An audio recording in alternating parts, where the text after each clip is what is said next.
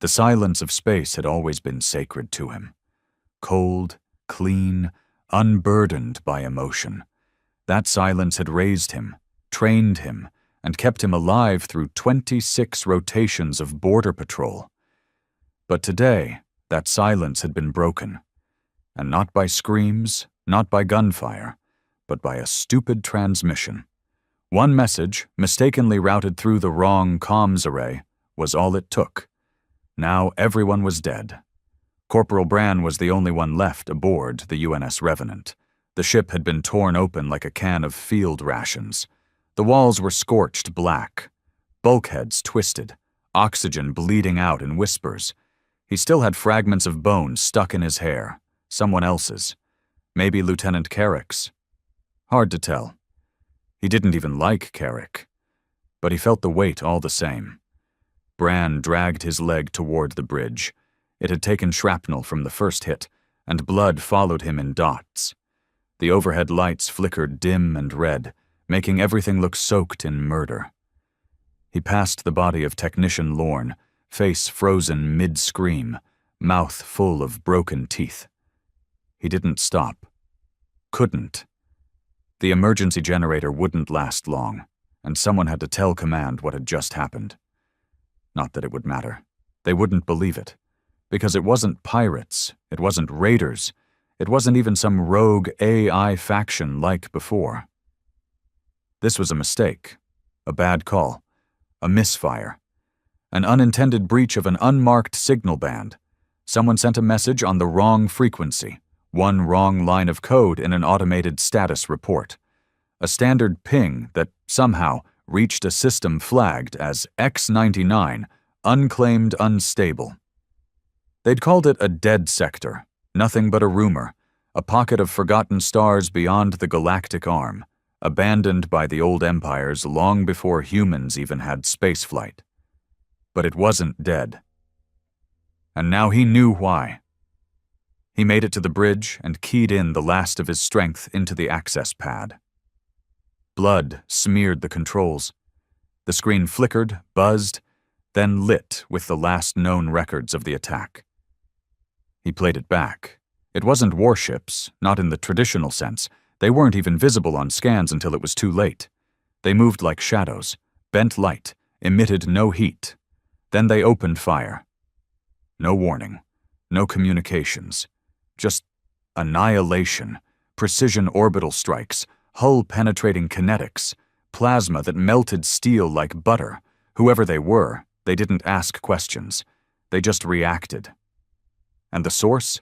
A world below, gray, storm-covered, silent. The message had reached it. It had heard. And that planet had spoken back, with weapons no one had ever catalogued. Bran laughed, dry and bitter. One wrong damn ping, he whispered to himself. He uploaded the logs to the emergency beacon. Not that it would change anything. But it was protocol. It was his final duty. And deep down, it felt like a confession. Like if someone heard it, someone human, they might understand that this wasn't just a screw-up. It was a declaration. The Deathworld was real, and they'd woken it up. He limped to the viewport, watched the clouds of that world shifting like muscle under skin. Thunder cracked across the surface, blue and sickly. Something moved in the sky down there. Huge, slow, deliberate, like it knew he was watching. A signal flickered to life in his HUD. No source, no language, just coordinates, Earths. His stomach dropped. They weren't finished. And now the Deathworld was talking back, with guns, and Earth was next. The emergency beacon had reached Earth in less than 8 hours. 8 hours was all it took for every satellite above Sol to light up with priority Omega pings, all tagged with UN Command Black clearance. Deep below the crust of the Atlantic Defense Corps, inside a bunker they said could survive a planet killer, men in suits and generals in half-polished medals sat in a room full of war maps and outdated optimism. They watched the footage Corporal Bran had sent, grainy, bleeding with static, and they tried to pretend they understood what they were looking at. They didn't. Admiral Reese leaned forward, his knuckles clenched on the steel table. He was the oldest in the room, and the last survivor of the Terran-Mars conflict. The room waited for his words. But all he said was, "That world didn't just fire back. It retaliated with precision. That wasn't instinct, that was strategy." A man from intelligence, younger, cockier, too clean, cleared his throat. "There's no proof the message even triggered the attack. It could be—" "Spare us the committee voice, Gregor," Reese snapped. "We sent a signal. They responded with annihilation. You call it coincidence. I call it cause and effect."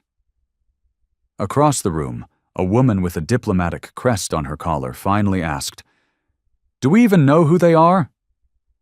Silence. Then someone played the frame again. Slowed, enhanced. The image stabilized for 1/10 of a second, long enough to see something behind the storm clouds on the Deathworld. Not a ship, not a drone. Something alive. Massive. Laced with metal like armor grown from bone. A single glowing red lens in the center of its skull-like face. And then it was gone.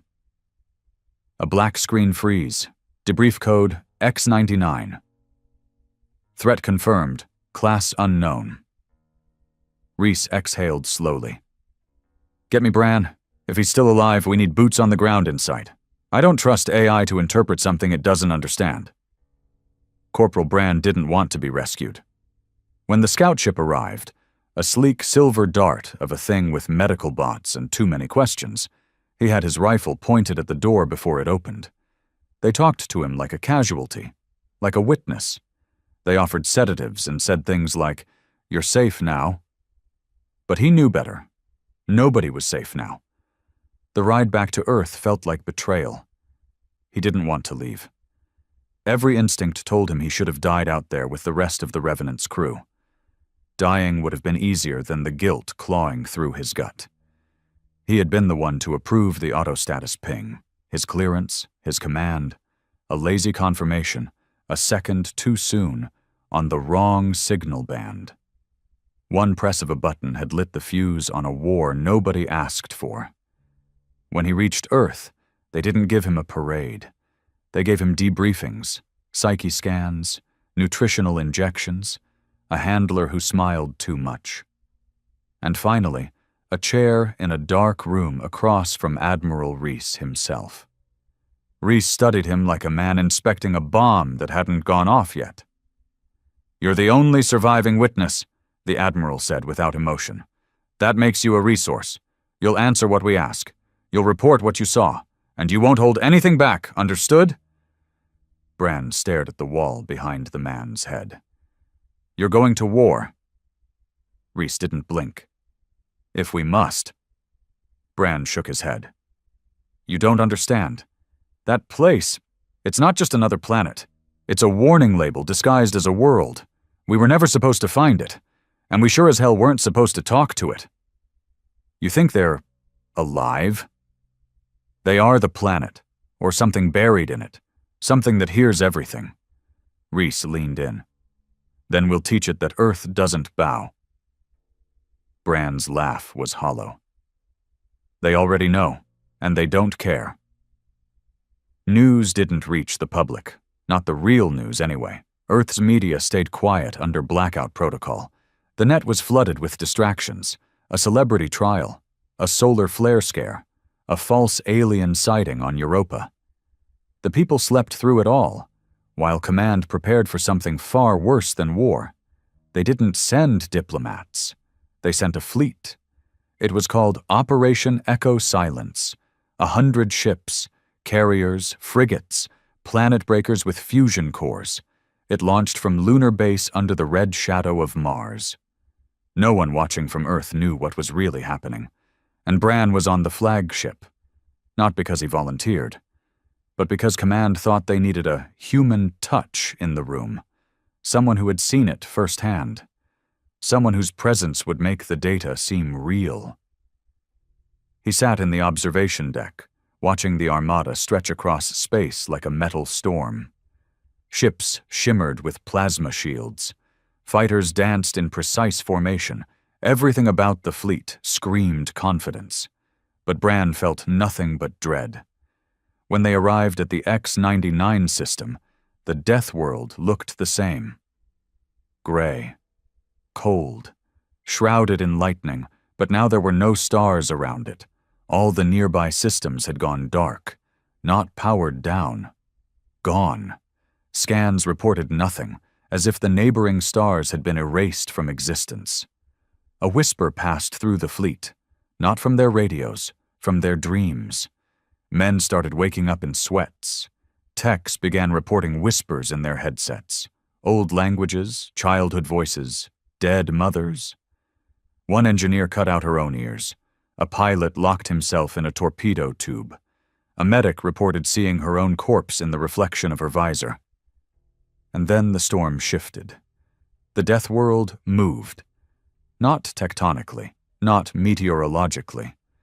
The surface of the planet twisted, reorganized itself like a puzzle resetting.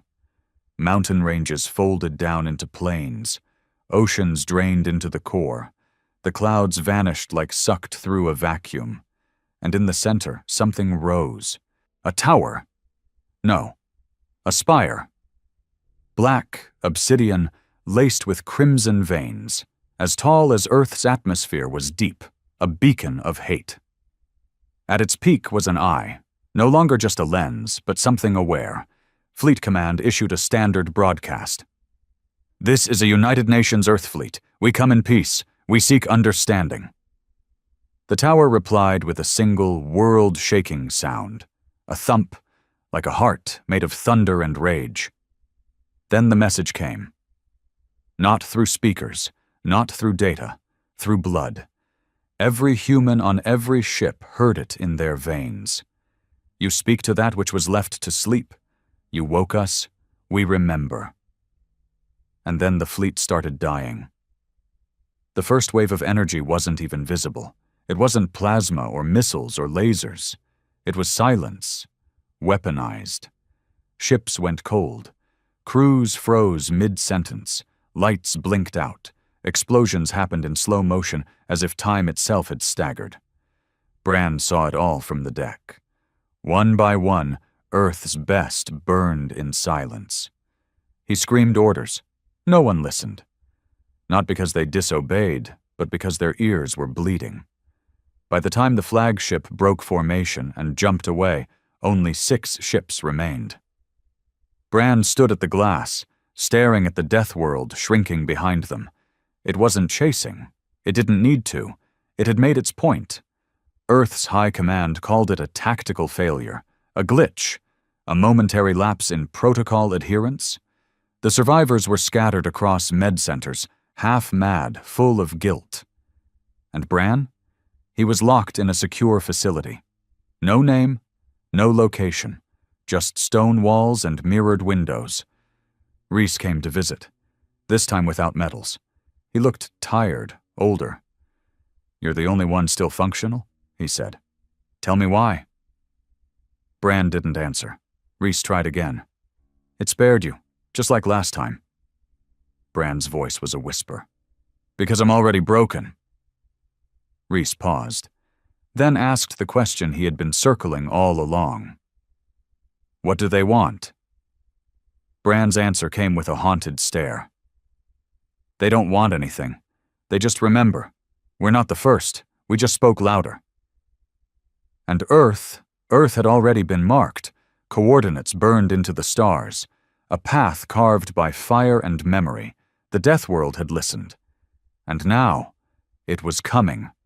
Not as a ship, not as a fleet, but as a curse wrapped in the skin of a planet, a godless machine of vengeance, ancient, patient, and now, awake. They tried to keep it quiet. They always did. But you can't hide the death of 94 warships from the net forever. Not when pieces of hull plating fall through atmosphere like flaming wreckage. Not when widows of soldiers start screaming into cameras, begging for answers. Not when an entire quadrant of Earth's outer orbital defense goes dark. Not glitched, not malfunctioning, just missing. The lies started thin: a routine military drill, a deep space collision, rogue AI experimentation. But then the Revenant's original distress beacon was leaked, the raw version, unfiltered. It showed what the Deathworld did to the first crew, what it did to Bran's ship. The footage was grainy, yes, but clear enough for anyone with eyes to see the precision, the brutality, the cold intelligence behind the attack. No one could pretend it was an accident anymore. Earth's population didn't react with unity. It reacted with panic. Cities rioted. Mobs swarmed government buildings. Internet networks collapsed under the weight of conspiracy theories and desperate searches for truth. Martial law was declared in 12 nations. Civilians started stockpiling. Governments issued contradictory statements. The global economy cracked like a cheap panel. And through it all, one name kept circulating in the chaos: Bran. Some called him a hero, others called him a traitor. A few even claimed he was part of it, that he brought something back with him: a virus, a signal, a seed of the Deathworld embedded in his blood. He stayed locked in the same stone-walled room, half-lit, always cold. Rhys visited less now.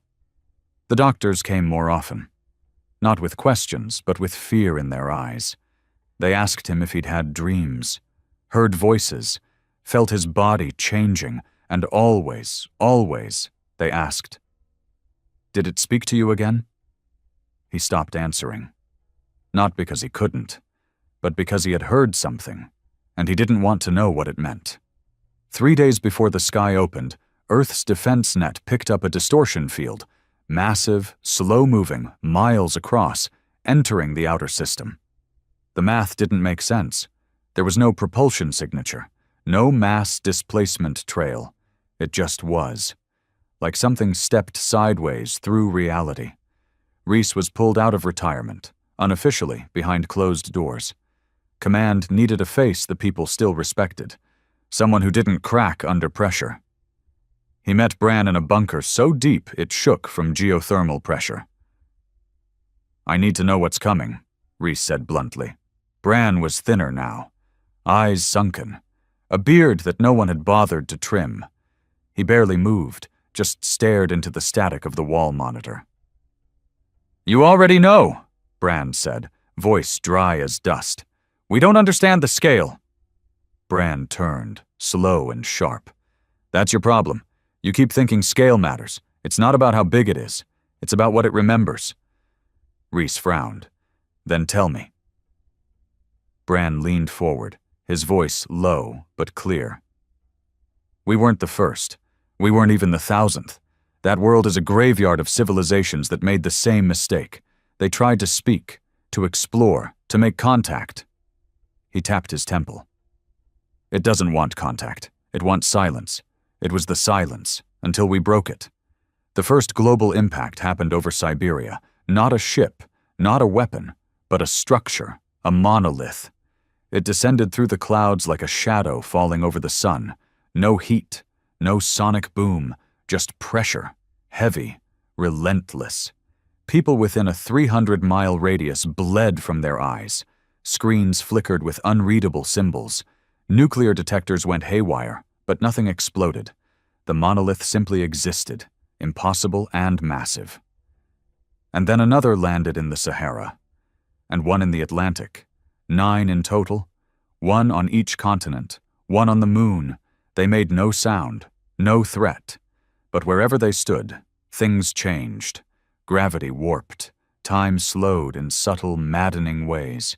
Plants wilted, animals fled, people stopped sleeping. Children began drawing the same thing over and over.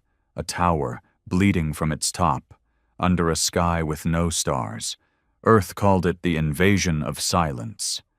But no soldiers marched, no ships flew, no voice declared war, because the Deathworld didn't conquer. It infected. Bran knew what was happening. He'd seen the pattern. He broke containment himself, disabling the locks, knocking out 2 guards, and walking barefoot through snow and ash to reach what was left of Command HQ in Iceland. He found Reese sitting at a table alone, sifting through old paper files. Actual paper. No one used paper anymore. But they both knew the net was compromised. "You should have listened," Brand said, voice gravel thick from disuse. Reese didn't look up. "We did. That's the worst part." Brand sat opposite him. "I need to go back," he said. "To the Deathworld?" "Number to the monolith here." Reese finally looked up. His eyes were cracked with red. "Why?" "Because it listens to me." He didn't mean it metaphorically. As Bran approached the monolith, alone, unarmed, with nothing but the clothes he'd slept in, the world around it pulsed, like it recognized him. The guards stationed nearby collapsed. Not dead. Not harmed. Just gone. Staring upward, breathing shallow, as if put into hibernation. Bran stepped into the shadow of the monolith, and it spoke, not with sound, but through memory, through guilt, through every face he'd ever watched die. He fell to his knees, choking on names he hadn't said in years. Blood ran from his nose. His heart raced, skipped, surged, but he didn't pull away. He whispered through broken teeth, "I understand." And the monolith responded, not in words, but in images, of the first ones, creatures that stood like gods and vanished in fire, of empires that mapped galaxies, then were torn down to static, of races who made machines so vast they built stars, and then were silenced when they reached too far, spoke too loud. They'd all done it, sent signals, reached out, woke it. This wasn't a planet. It was the memory of vengeance, left behind, buried in a world so hostile that only silence could live there. And when something broke that silence, even by accident, it didn't forgive. It remembered. And now, through Bran, it had a voice again. He returned to Reese 3 days later. No escort, no explanation, just a single sentence. "We either stop talking or we all die." Reese didn't answer, because he knew what that meant. No more ships, no more transmissions, no more digital life, no more Earth as it existed. Silence was the only language the Deathworld respected. But Earth didn't know how to be quiet. Meanwhile, deep in the Pacific Trench, seismic activity surged. Not tectonic, not volcanic. Something pushing upward. The ocean boiled, and radar blacked out for 3,000 miles, and then, just before the feeds cut off, a signal pierced the static. 4 words. Bran heard it in his sleep. So did Reese. So did every child born in the last year. "Earth has spoken enough." And then the trench opened. Not just water, not just pressure, but something older than stars, rising beneath the waves.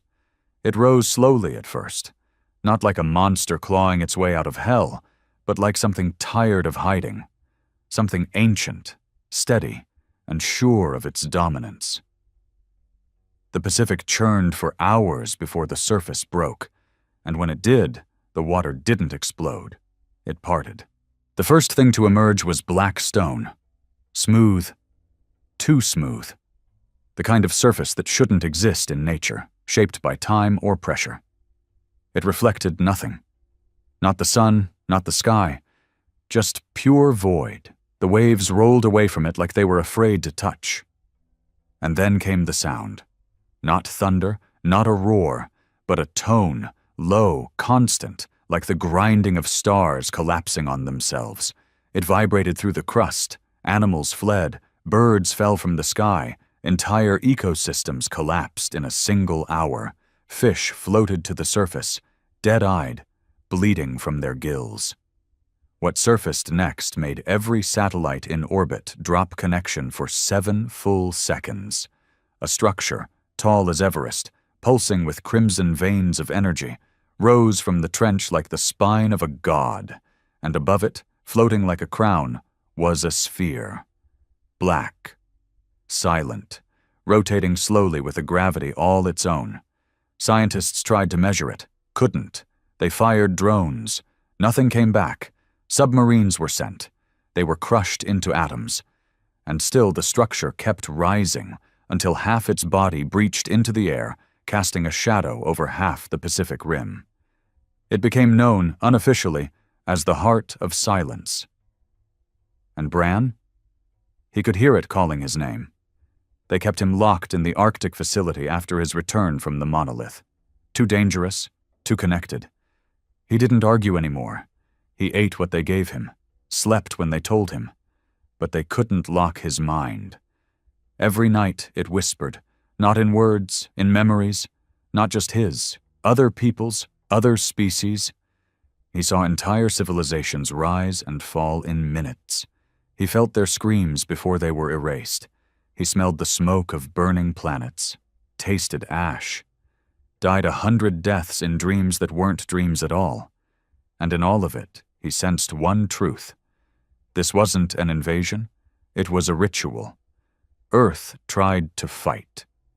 They launched the Polaris-class dreadnought Absolution straight at the Heart of Silence. It carried a quantum detonation core meant to crack moons in half. It never made it within 100 miles. The ship disappeared from scans. 1 second it was there, the next it wasn't. No explosion, no impact, just gone.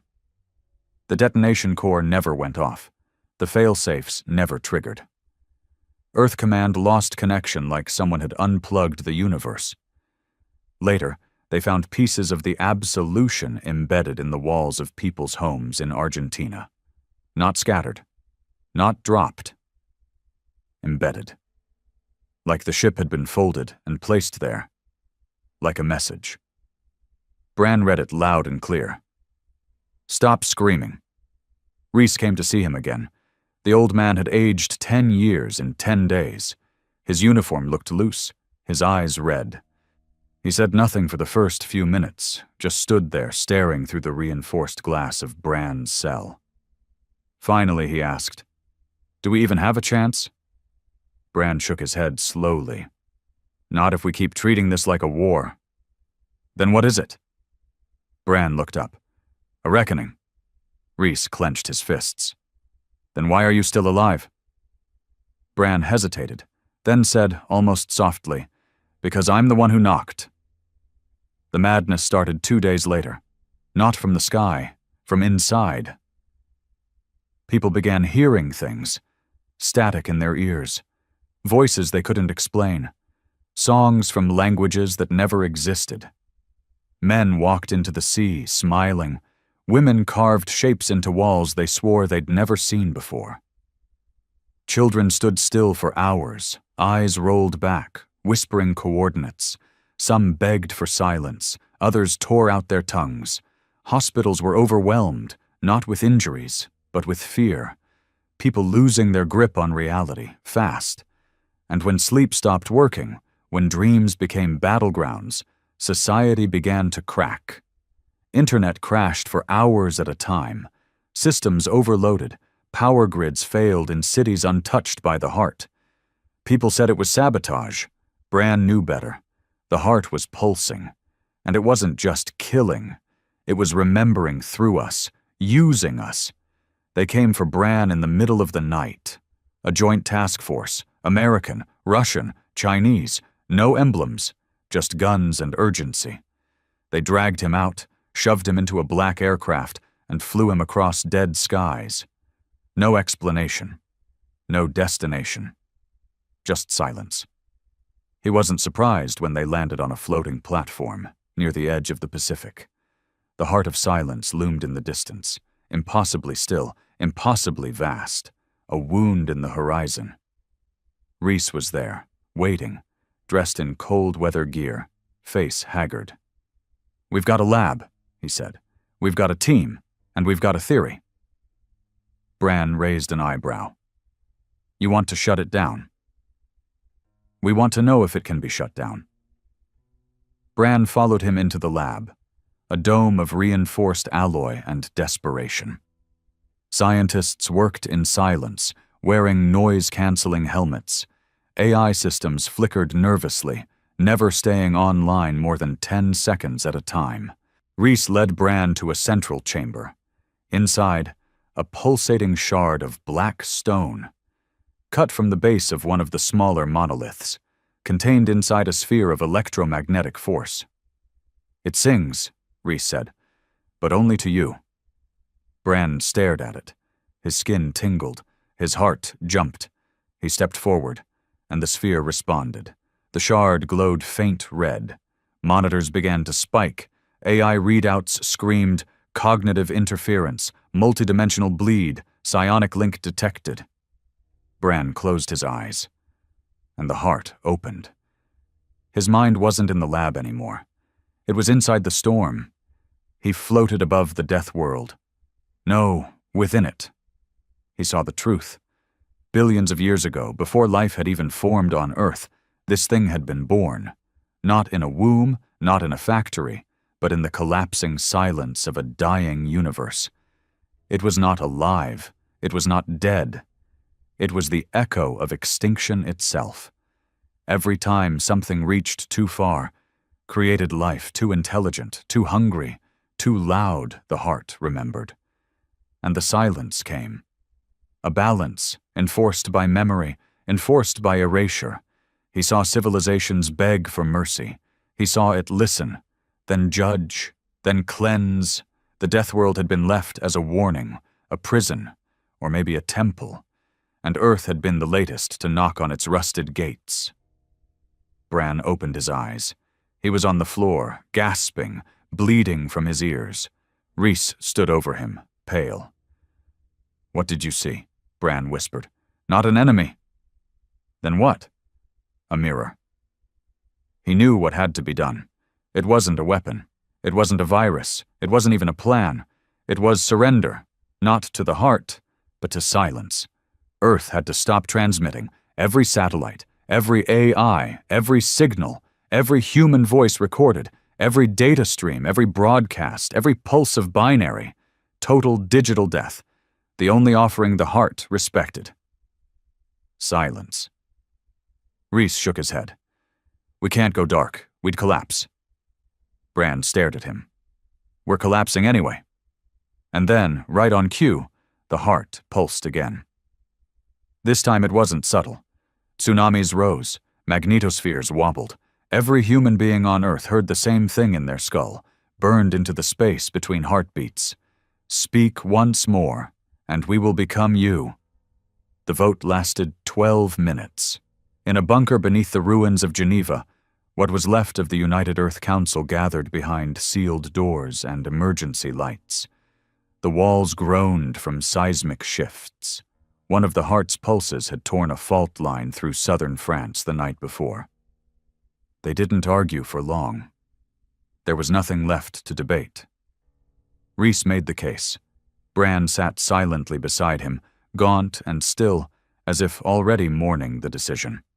No one asked for a second opinion, because the Earth was out of time. When the vote passed, Reese simply nodded and said, "Begin the blackout." The global shutdown was codenamed Operation Quiet Sun. It was the most drastic act of self-destruction humanity had ever conceived. Not out of panic, but precision. Every AI core was deactivated. Every satellite was burned from orbit. Data centers were detonated. Internet infrastructure physically severed at major junctions. Governments broadcast one final message. This is not surrender. This is preservation. For 1 month, Earth will go dark. All transmissions must cease. Speak only when it is safe to live again. People didn't take it well. In New York, riots erupted as digital addicts lost access to the net they'd built their lives around. In Tokyo, citizens held silent vigils beneath LED screens that blinked out one by one. In Moscow, police shot their own servers before abandoning the Kremlin. In the middle of it all, Bran watched from a mountain bunker with Reese. No cameras, no communication, just isolation, rations, and the steady heartbeat of a dying planet going mute. He knew the worst wasn't the darkness. It was the withdrawal. People didn't know how to live without being heard. After the 6th day, the heart of silence stopped pulsing. Seismic waves calmed. Tides stabilized. The sky over the Pacific cleared, and the storms that had choked the atmosphere for weeks vanished. Scientists, those still working analog, reported a complete halt in monolith growth and psionic interference. The world held its breath. Had it worked? Was silence the offering the heart had demanded? Bran didn't celebrate. He sat alone in a steel room with no lights, no sound, no company. And still, even in silence, he heard it. Not a voice, a presence. The Deathworld wasn't gone. It was listening, watching, measuring humanity's ability to obey. On the 12th day of silence, a breach occurred. It started small, a forgotten relay on a decommissioned satellite in low orbit. Somehow, somewhere, someone turned it on again. Maybe by mistake. Maybe on purpose. The signal was weak, a heartbeat's worth of digital static. But it was enough. Bran felt it before anyone else. He woke up screaming. Rhys was at his side in seconds, gripping his arms. What happened? Bran's eyes were glassy. Someone spoke. Rhys ran to the terminal, one of the last analog-coded lines left. A tech officer confirmed it. A relay had reactivated. Rhys whispered, "How much data did it send?" The officer answered without turning around. "Not data. Just a call sign." "A name? What name?" The officer slowly looked back, face pale. "Bran." By nightfall, one of the monoliths, the one in Argentina, moved. Not physically, not yet. But something shifted in its energy field, a vibration so low it could only be felt in teeth and bones. Bran sat in the dark and listened. He didn't cry. He didn't scream. He whispered only one thing. "They found me."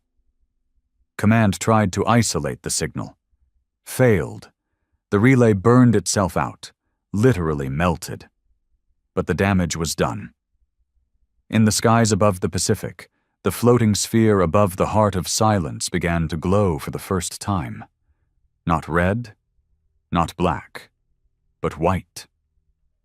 A blinding, sun-colored fury. Something had changed. They had broken their silence, and the heart was answering. The next 24 hours unfolded like a countdown to judgment.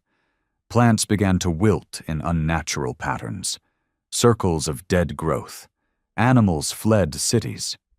In one rural village in central India, every child under 10 years old stopped speaking altogether. They didn't blink, didn't eat, just stared at the sky. The monoliths began humming. Not loudly, but steadily, in the exact frequency of a human heartbeat. It wasn't a weapon yet. It was warning. Bran went to Rhys, wild-eyed, shaking. "We broke the pact. It was our one chance and we threw it away." Rhys paced, frantic. "We find the source. We destroy it. Maybe we can still salvage—" "No," Bran cut him off. "You don't understand. They don't care who spoke. They only care that someone did." Rhys froze, and Bran said the words he'd been dreading. "We have to offer something else now. Something more." That night, Bran walked alone into the silence chamber, the sealed dome where the shard of the monolith was still kept under heavy guard. Only now, there were no guards. They'd all walked away an hour before, dazed, bleeding from their ears. He stepped into the containment circle. The shard pulsed red, then white. He knelt, and for the first time he didn't resist. He let it in. The memories hit harder than before. Not images this time, emotions, echoes of rage, sorrow, an entire galaxy's worth of grief fed into his mind like blood into a vein. He screamed until his voice tore, and then he whispered, "Take me." The shard stopped pulsing, and in that moment Bran knew. The heart didn't want Earth. It wanted him, not as punishment, but as payment. He found Rhys the next morning.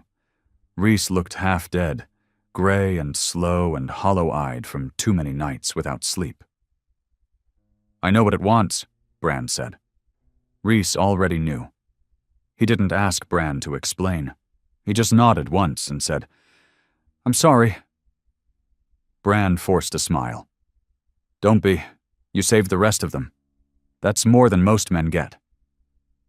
There was no ceremony, no goodbyes, no camera to record it, just a skiff, a cold wind, and a slow ride toward the Pacific, toward the heart, now glowing like a second sun. Bran stood on the bow, jacket open, wind ripping through him. His mind was already halfway gone, but not broken. He understood now. Silence wasn't just absence, it was mercy. It was the final gift of a galaxy that had learned to stop screaming. And now, Bran would carry that silence into the heart as its final messenger, or its final victim. The boat disappeared beneath the light. The heart pulsed once, then again, and then, for the first time in months, every monolith vanished. No explosion, no collapse, just gone. The sky cleared, the animals returned, children began to speak again, and for the first time in human history, Earth fell completely silent. Not out of fear, not out of threat, but in remembrance of the man who paid the price for their voice. There was no pain, no burning, no tearing, no suffocating collapse like he expected. When the light of the heart swallowed Bran, it felt like warm water and ice at once, a contradiction that didn't care if his body survived it. Because the truth was, his body didn't matter anymore. Not here. Not inside it. There were no stars, no sound, no orientation, just white, stretching forever but also pressing right against his skin like a second layer. He wasn't floating. He wasn't falling. He was simply being. Then the voices came. But they weren't words, they were memories, spoken in emotion, in shape, in suffering. He saw a world burn, one with golden skies and crystal seas. He felt the desperation of beings who tried to communicate through color and light. They reached out to the stars in joy. They were erased. He saw another race, 10 armed creatures who carved mathematics into planets with orbiting beams of light. They discovered faster-than-light travel using biological cores. They were erased. And then another and another, all of them punished not for war or greed or cruelty, but for reaching beyond their silence, for trying to connect, for trying to speak into a void that never wanted to answer. And then the heart spoke to him. Not in rage, not in fury, but in sadness. It showed him itself. Not a god, not a machine, not even a consciousness, just a collection of endings. It was the graveyard of memory, a mechanism left behind by something else, something older, long gone, that once feared what the universe might become if allowed to evolve unchecked. A fail-safe. The heart wasn't alive. It was coded instinct, a living extinction protocol with no master, no morals, only triggers. And Bran had become its first interpreter. He saw his own memory flash into view. The transmission. That moment he pressed send. That tiny, stupid mistake that had become everything. And yet, the heart didn't show anger. It showed curiosity.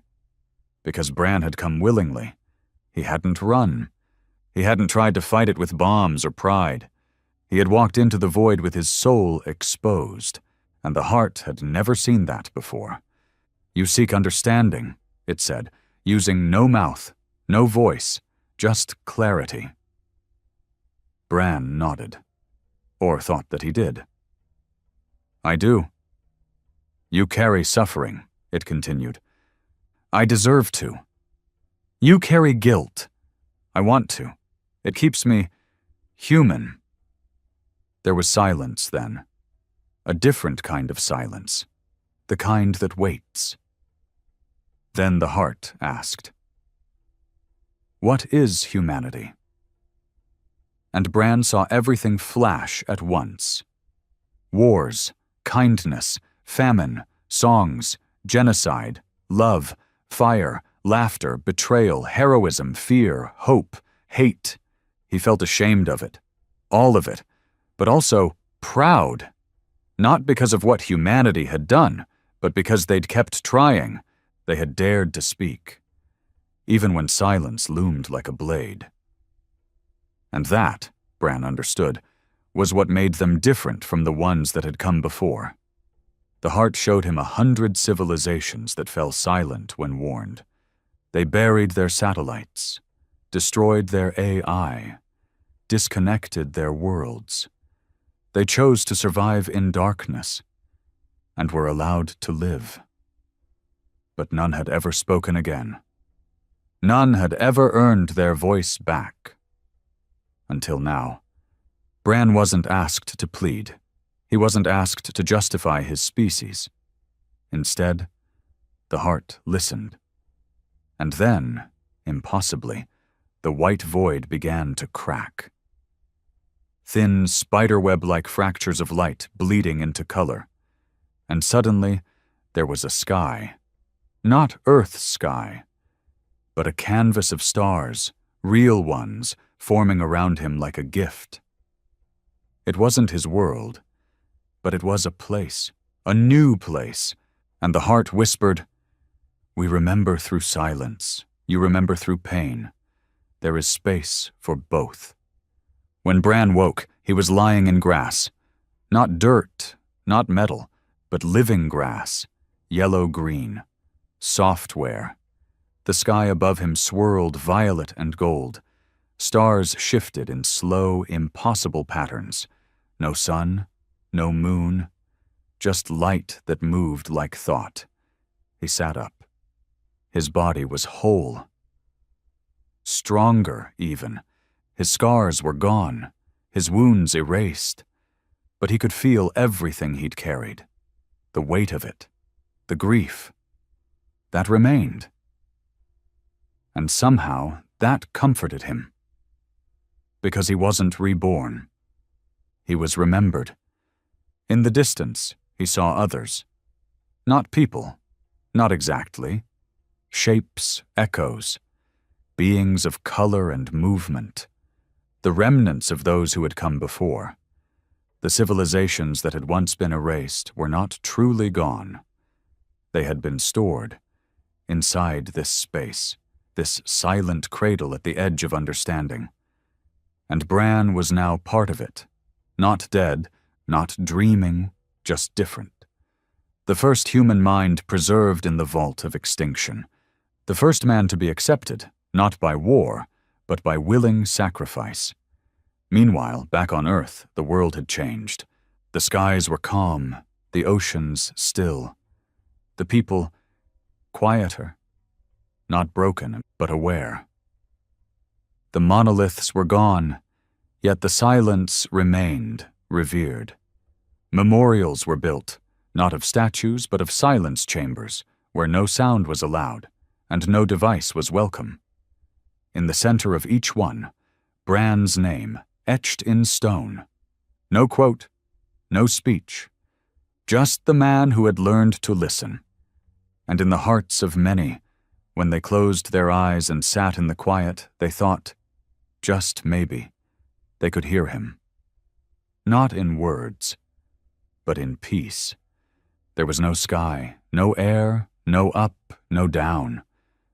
When the light took Bran, it didn't pull him apart like he'd expected. He'd imagined being crushed, burned, dissolved, but the heart of silence had no interest in killing him. It simply took him out of context. He felt himself separate, not his limbs or bones, but his meaning.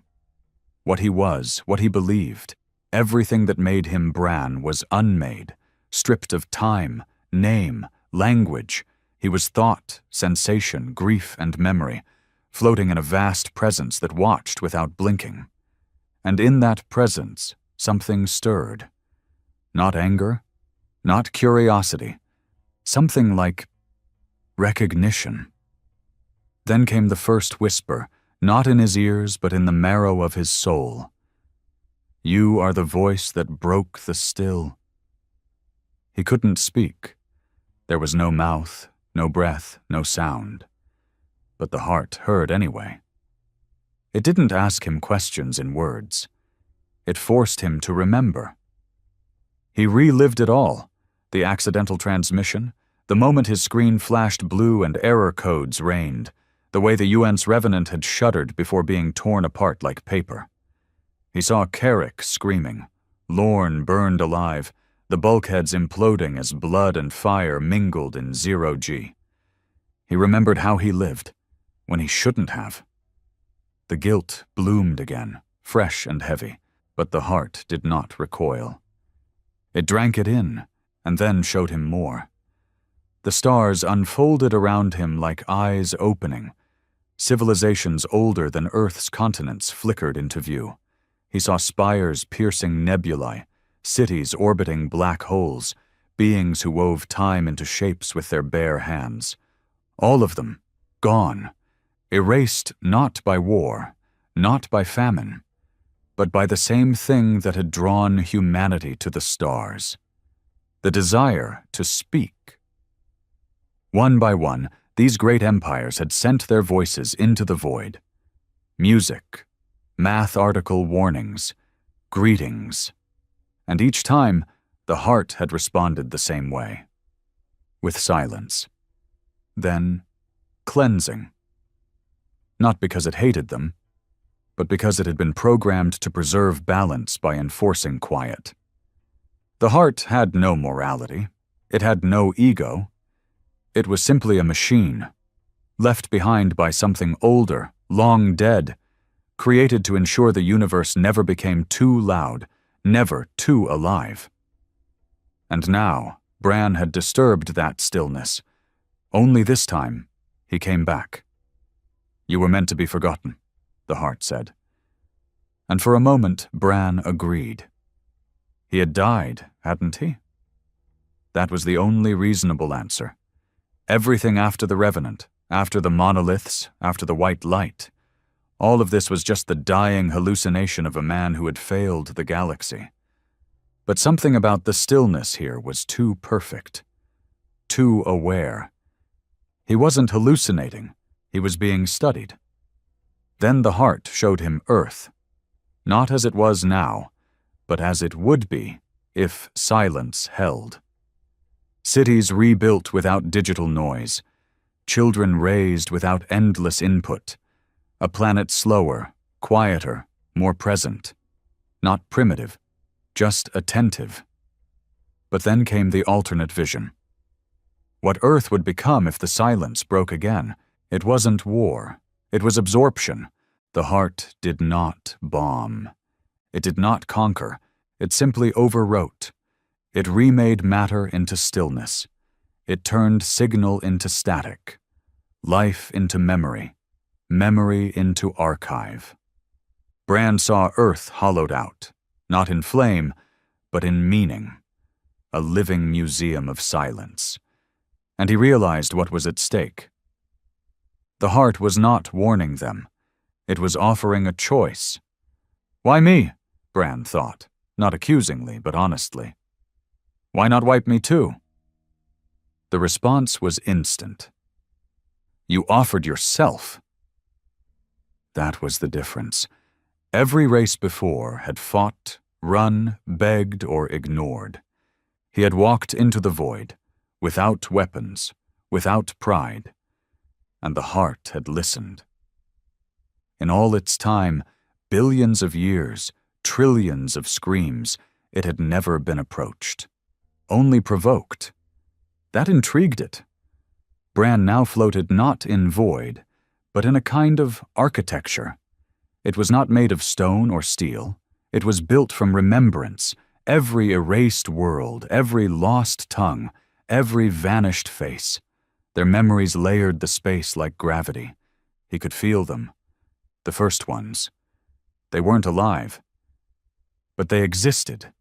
Fragments encoded in stillness, a warning, and now he was among them, but not dead. Not yet. And then he saw himself, not his body. That was long gone. He saw a version of himself walking across a plain of light. Behind him stretched a trail of thoughts, regrets, choices. The heart placed its awareness beside his. Then asked again, "What is humanity?" This time Bran answered with truth, not defense. Broken, beautiful, selfish, brave. We build things we don't understand and love things we can't protect. We try, we fail, we fight, we dream. He hesitated. Most of us don't know how to be quiet, but we can learn. The heart didn't respond for a long time. Just watched him, weighed him, and then, without warning, Bran was falling. Not physically, but back to Earth. Not alive, not dead, but present. Bran woke in a chamber of stone. No wires, no machines, no noise. He sat up, gasping, lungs filling with air that tasted like dirt and memory. The walls were lined with carvings, silent patterns of stars and shapes he'd seen in the heart. Someone had etched them here. But who? He stepped outside and saw a valley.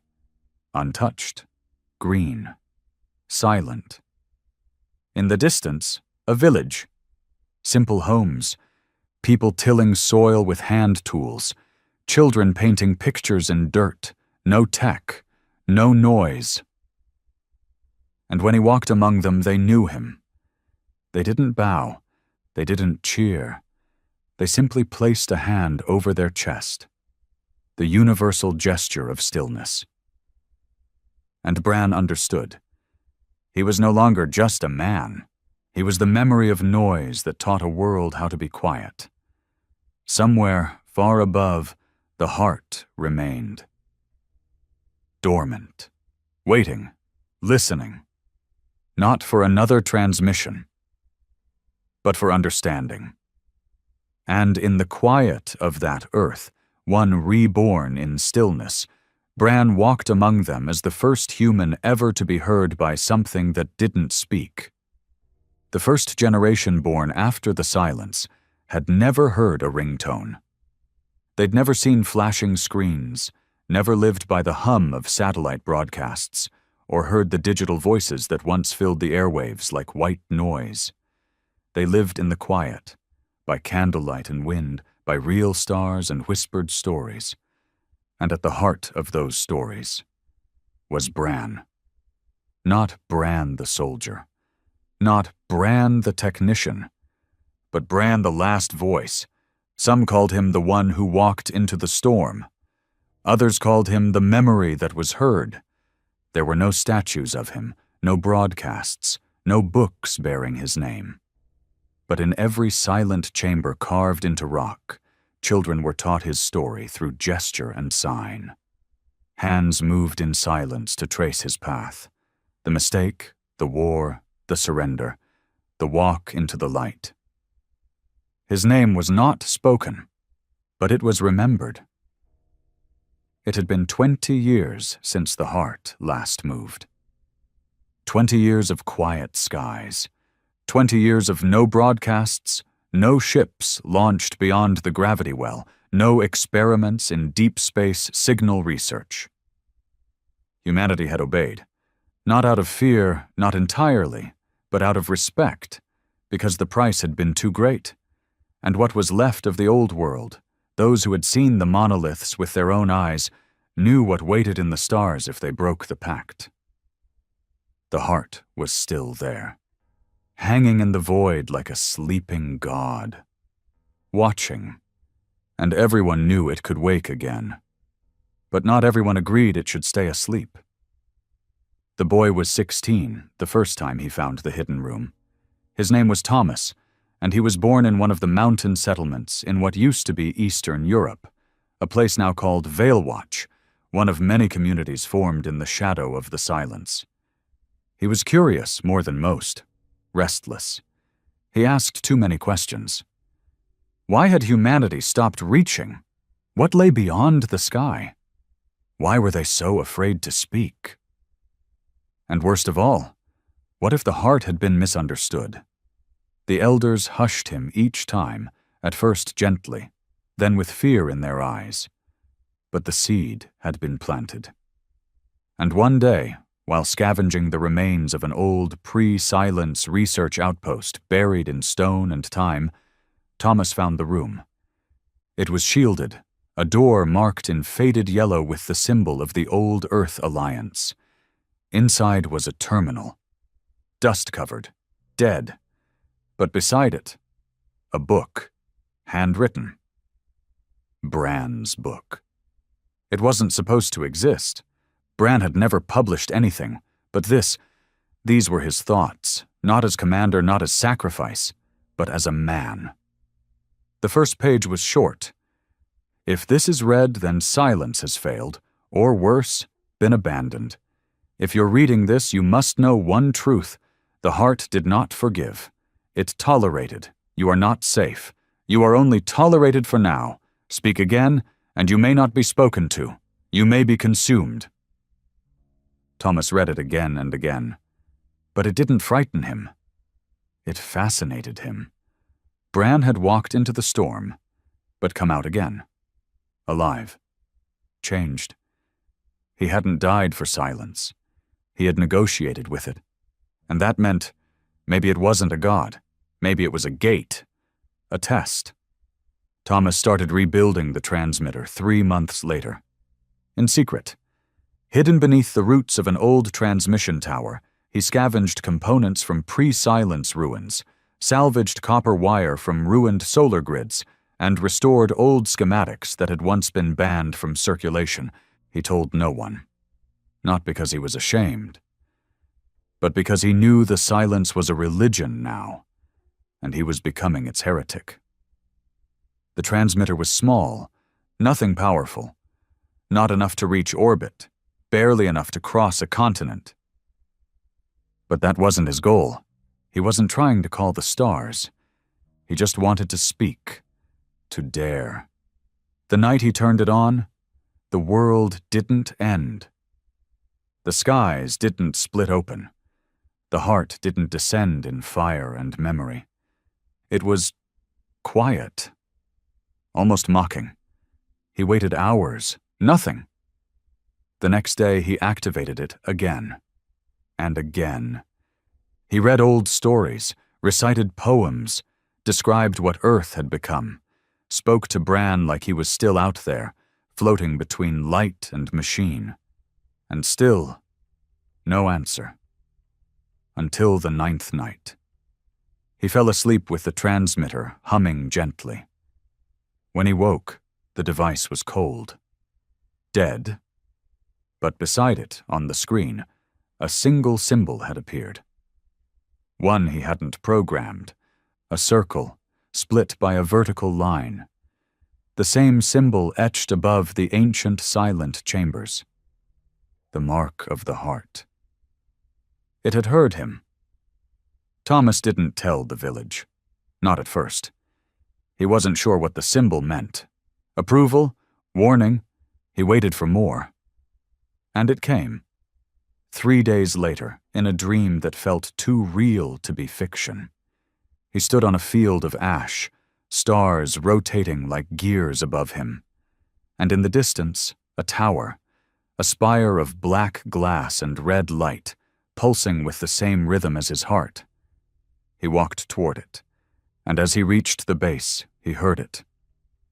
Bran's voice, clear, alive, not broken, not defeated. Just older. Why did you speak, Thomas? Thomas answered without fear. Because I need to know who we are if we can't reach. There was silence.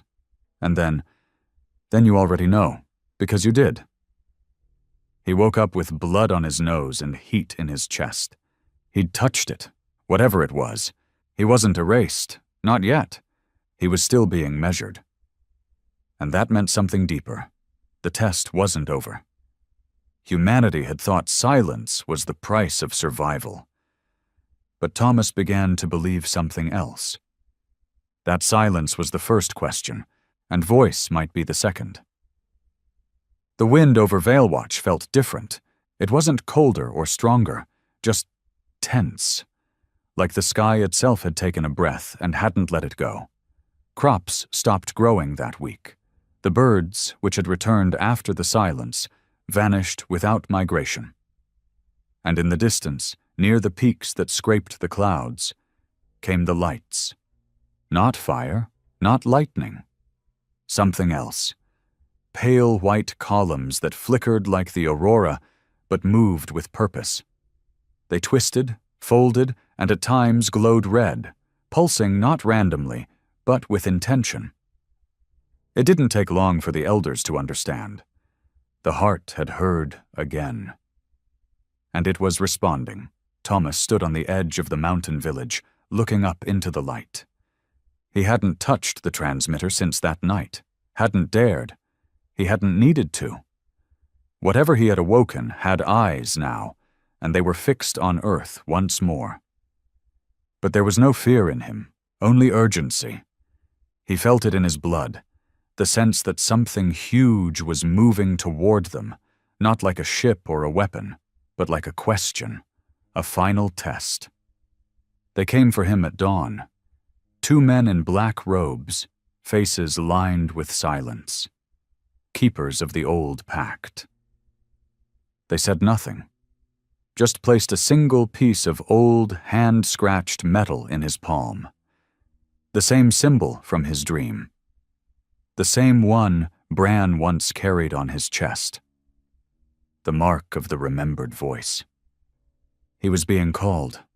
They brought him to the threshold, a place no one spoke of aloud, because it had no need for words. It was deep in the earth, beneath the fractured remains of an old planetary defense system. What had once been a war bunker was now a chamber of stillness. And in the center, the shard. No longer kept behind glass, no longer bound by force fields. It sat on stone, black, jagged, and alive. When Thomas stepped into the room, the shard pulsed. Once. Then again. He dropped to his knees, not out of reverence but reaction. His chest tightened, his eyes blurred, not in pain, in clarity, and the moment he touched it, the world fell away. There was no time in the place the shard took him. No past, no future. Only now. The stars were gone. The void had shape now, architecture made of thought, bending and folding around him like origami, and at its center stood Bran. Not a ghost, not a projection. But Bran. Changed, older than his years, but untouched by time. He didn't speak. He didn't need to. Thomas understood him the same way you understand gravity, not because it's explained, but because it pulls. Bran gestured to the light above them, and Thomas saw the heart. But not as a planet, not as a monolith. He saw it as it truly was, a mind, vast and ancient, built of the remnants of 10,000 silenced civilizations. Their memories were its blood, their erasure its law. And yet, inside it now pulsed something new. Hesitation. Thomas asked, not aloud, but through intent. Why did you stop listening? The heart answered not with words, but with images, of wars caused by messages sent across light years, of destruction triggered by discovery, of species that tried to spread, not understanding the cost of contact. It showed the silence it enforced was not cruelty, but containment. And Thomas, barely 16, replied in the only way he could. He listened back. He let the heart feel his thoughts, not just logic, but emotion, his doubts, his wonder, his fear of never knowing what was out there, his hunger to grow, not to dominate, but to connect. and he let it feel one more thing: his love for the people he would never know. The ones who hadn't been born yet, who deserved a chance to find their place in the stars without being erased. And for the first time in eternity, the heart paused. Bran stepped forward. He placed a hand on Thomas's shoulder and spoke with voice this time, soft, weathered, but filled with quiet certainty. "They've never asked before. Not like this." Thomas looked up at him. "What happens now?" Bran looked back at the heart and said, "We give them a chance to ask again." Back on Earth, the sky cracked open, not with fire, not with war, but with a single blinding thread of white light that reached from the clouds down to the sea, and then folded itself into a single object, a monolith. But different. It hummed, but not in fear. Its tone was gentle, a pulse like breath. And then, to every mind on Earth, old and young, farmer and engineer, the same message echoed in pure thought. "We will listen, speak once more, and be known." But it came with a warning, one final truth. The next voice Earth sent would define it. The heart had opened itself, not for endless conversation, not for politics or pride, but for one last opportunity to justify humanity's place in the web of memory. If the voice that spoke was loud, selfish, arrogant, Earth would be silenced again, not in anger, but as part of the pattern. If the voice spoke with humility, with truth, with purpose, then the stars would open, and the silence would finally end. Thomas returned to Veilwatch under a sky clearer than any in 100 years. The people met him not with cheers, but with silence. Respectful silence, because they knew what had happened. The elders brought him to the quiet chamber, where the ancient transmitter, once banned, now stood exposed. He placed his hands on the panel, took a breath, and spoke. Not long, not loud, just a few simple words. "We remember. We ask again. Not to conquer, but to understand. Speak back if you are still listening." The stars didn't answer that night, but one did. In the far distance, barely a flicker, a single blinking beacon pulsed. Not from the heart, not from Earth, from somewhere else. Another world, another voice. Not erased, still speaking, still hoping, and for the first time in forever, they were heard. Part 8 complete. Final, 1,500 plus words. Humanity didn't win by fire or submission, but by finally understanding how to speak in a universe that had forgotten how to listen. Thomas opened the stars again. Bran became the bridge, and the heart of silence, no longer a weapon, but a gatekeeper. The galaxy waits, and Earth is no longer afraid to speak.